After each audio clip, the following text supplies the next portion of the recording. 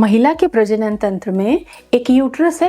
Uterus से 2 tubes निकली हुई हैं और वो ओवरीज से एग को लेकर आती हैं और ट्यूब्स में ही एग फर्टिलाइज होता है और धीरे धीरे फिर यूट्रस में आके इम्प्लांट हो जाता है। लेकिन अगर ये नलियां बंद हों, अंदर से खोखली ना हो, बंद हो, तो गर्भधारण की प्रक्रिया ही नहीं हो पाती। फैलोपियन ट्यूब्स अगर बंद हैं तो गर्भधारण होना पॉसिबल नहीं हो पाता।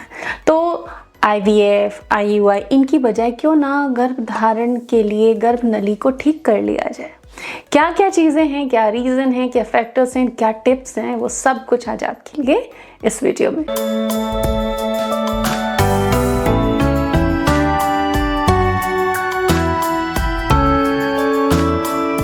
Hello and welcome to Prerna's fertility care. तो सबसे पहले हम रीज़न समझेंगे कि आपकी अगर ट्यूब ब्लॉक है तो क्यों ब्लॉक है।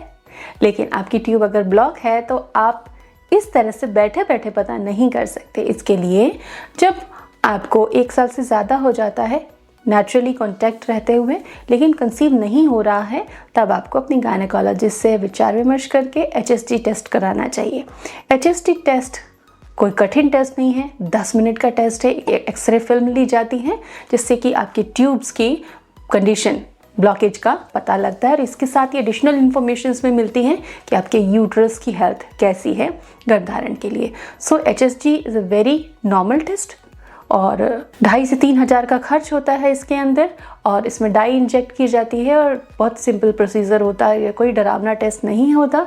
इसके लिए बहुत सारे भ्रम हैं और इस भ्रम में ना पड़े। HSG कराने से डरे नहीं। HSG जब आपने कराया तब आपको पता चलता है कि आपकी ट्यूब की कंडीशन क्या है। तो अगर ट्यूब्स ब्लॉक आती हैं तो क्या करना चाहिए, क्यों हुआ। सबसे पहले एक महिला के मन में यह था, मेरे साथ ऐसा क्यों हुआ, मैंने ऐसा क्या किया, मेरी ट्यूब कैसे ब्लॉक हो गई। It's a very common question we deal with.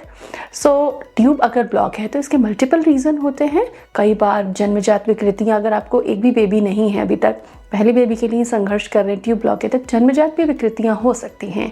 Tube के घुमाव मुड़ाव में भी संरचनात्मक स्ट्रक्चरल प्रॉब्लम्स हो सकती हैं। इसके अलावा कुछ इंड्यूस्ड रीज़न भी होते हैं, जैसे कि आपको बार बार इन्फेक्शन रह रहा है, पेल्विक इन्फ्लेमेटरी डिजीज़ है, तो इन्फेक्शंस की वजह से इन्फ्लेमेशन है, यूट्रस में इशू है, तो ट्यूब में भी इन्फेक्शन और इन्फ्लेमेशन हो सकता है। स्कार हो सकता है, एडिशन हो सकता है, पानी का होना हो सकता है, ट्यूब कहीं से हल्की संकरी हो रही है, पोटेंट नहीं है, बहुत सारे ऐसे रीज़न होते हैं। लेकिन सबसे ज़्यादा जो बचाव आपको करना है, अगर गर्भधारण की तैयारी में है या कोई आपके फैमिली में ऐसा जो बेबी प्लानिंग कर रहा है, तो आप उसे सलाह ज़रूर दें कि इन्फेक्शन से आप बचें, बड़ा सतर्क रहें, इन्फेक्शंस होने ना दें। इन्फेक्शन होता है तो डॉक्टर से सलाह ज़रूर लें, जल्दी से जल्दी इसको रूल आउट करें। तो प्रॉक्सिमल एंड पे ब्लॉक है, डिस्टल एंड पे ब्लॉक है, इन्फ्लेमेशन है, पानी भरा हुआ, एडिशन, स्कार, ऐसे बहुत सारी चीज़ें आपने सुनी होगी, जानी होगी या अभी आप जान रहे हो। लेकिन इसके लिए लाइफ स्टाइल टिप्स क्या हैं उसको हम समझेंगे। बहुत सारे ऐसे केसेस हुए हैं हमारे वीडियोस को देखकर, टिप्स को फॉलो करके, जो नेचुरल लाइफस्टाइल बेस्ड है, कि 11 साल 13 साल पुरानी ट्यूब ब्लॉकेज भी क्लियर होकर नेचुरल कंसेप्शन हुए। सो उम्मीद तो नहीं हारनी चाहिए। आप लाइफस्टाइल आइडियाज़ को फॉलो कीजिए, नतीजे अच्छे मिल सकते हैं। क्या करना होगा आपको, सबसे पहले आपको ये देखना है कि आपका वज़न, हालांकि मेडिकली वज़न और ट्यूबल ब्लॉकेज को कनेक्ट नहीं किया जा सकता, लेकिन वेट ज़्यादा होने से हार्मोनल इश्यूज़, बॉडी में एसिड बढ़ना और आपको बार बार इन्फेक्शन होने की रीज़न होते हैं। तो इनडायरेक्ट कनेक्ट होता है ये आपके ट्यूब ब्लॉकेज की रीज़न से। तो आपको अपना वज़न कंट्रोल करना है, बॉडी में एसिडिटी नहीं होने देनी, इन्फेक्शन नहीं होने देना। इसीलिए आप डेली आंवला का इस्तेमाल ज़रूर करें, वीट ग्रास, मोरिंगा भी आप उसमें ऐड कर सकते हैं। ये क्या करेंगे, वेट मैनेज करेंगे, इन्फेक्शन से लड़ने के लिए इम्यूनिटी भी मजबूत करेंगे और एसिडिटी को भी रिड्यूस करके रखेंगे। इसके अलावा आपको अपनी बॉडी की फ्लेक्सिबिलिटी पे ध्यान देना है, यानी कि जो कोर एरिया होता है बॉडी का, बीच का हिस्सा होता है, धड़, चेस्ट से नीचे का और थाई से ऊपर का, इस कोर एरिया की स्ट्रेचिंग या वर्कआउट होना चाहिए। तो आप कार्डियो ज़रूर करें। क्या कार्डियो आप कर सकते हो, ये आपकी कन्वीनियंस पर डिपेंड करता है। आपकी कोई प्रीवियस सर्जरी है, आपकी कन्वीनियंस क्या है, तो थोड़ा कार्डियो वर्कआउट आपके लिए यूज़फुल रहेगा। जिससे क्या होगा, आपका जो कोर एरिया है इसकी मसल्स मजबूत होंगी, इसमें सर्कुलेशन अच्छा होगा और फ्लैक्सिबिलिटी बनेगी, शरीर में लचीलापन होना बहुत आवश्यक है।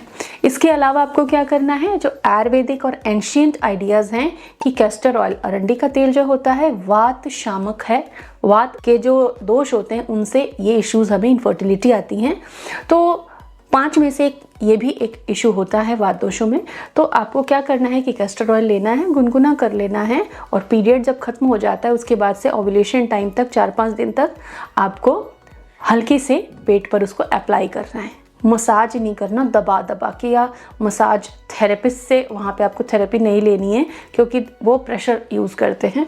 यहाँ आपको प्रेशर यूज़ नहीं करना है। आपको बस कैस्टर ऑयल को अपनी स्किन पर सुखाना है और उसके बाद एक गर्म पानी की बोतल या हॉट कॉम्प्रेस से सिकाई करनी है। इससे क्या होगा? वैसोडाइलेशन में क्या होगा कि हीट से वो एब्जॉर्ब हो जाएगा ऑयल आपके बॉडी में, एंड उसके थेरेप्यूटिक इफेक्ट आपके बॉडी को मिलेंगे। सो कैस्टर ऑयल पैक बहुत यूजफुल होता है वात दोषों को दूर करने के लिए। तो कैस्टर ऑयल पैक और साथ में हॉट कॉम्प्रेस आपको यूज़ करना है। अपने इंटेस्टाइन को अच्छा रखना है। आप हरड़ का इस्तेमाल कीजिए, हफ्ते में 1 बार इसबगोल का इस्तेमाल कीजिए, फाइबर अच्छी मात्रा में लीजिए, डाइट ठीक लीजिए, और आप कार्डियो कीजिए। थोड़ा सा स्ट्रेचिंग वर्कआउट, थोड़ी सी लाइफ स्टाइल चेंजेस इम्प्रूवमेंट ले आते हैं आपके ट्यूब्स की कंडीशन में। आप इन्हें ज़रूर ट्राई करें। It may help you. Thanks for watching.